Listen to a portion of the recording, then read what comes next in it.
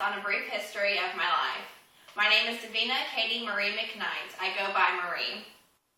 I was born on January 21st, 1990 in Marietta, Georgia at Kennestone Hospital.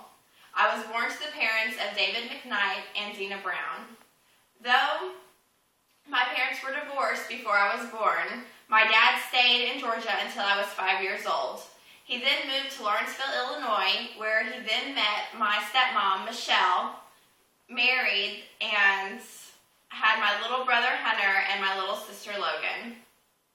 Ever since I was 5 years old, I moved multiple times between my parents. One thing I remember about growing up is that my mom was always sick. She had multiple knee surgeries on both knees before she eventually had to get them both replaced.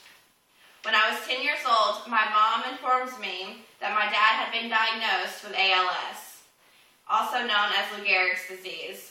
This disease gradually wears away all the muscle in your body before it eventually makes its way to your heart and to your lungs. I continued to live in both places off and on throughout the next few years. Over this time, my mom developed diabetes.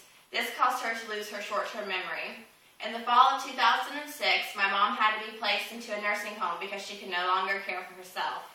That same November 27th of 2006, my dad passed away. They had originally given him just 2 years to live, and he actually lived 6, which we saw as a blessing. I ended up dropping out of high school whenever I was 16 years old. Whenever I turned 17 in January of 2007, I was out on my own. I then had multiple jobs to pay all of my bills until I was 19 when I got my GED.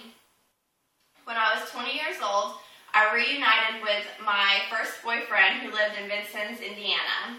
That May of 2010, I made the move, and on April 12, 2011, we had our baby boy. We named him Bennett. I am currently working towards my nursing degree at Vincennes University so I can support and make a good life for my family.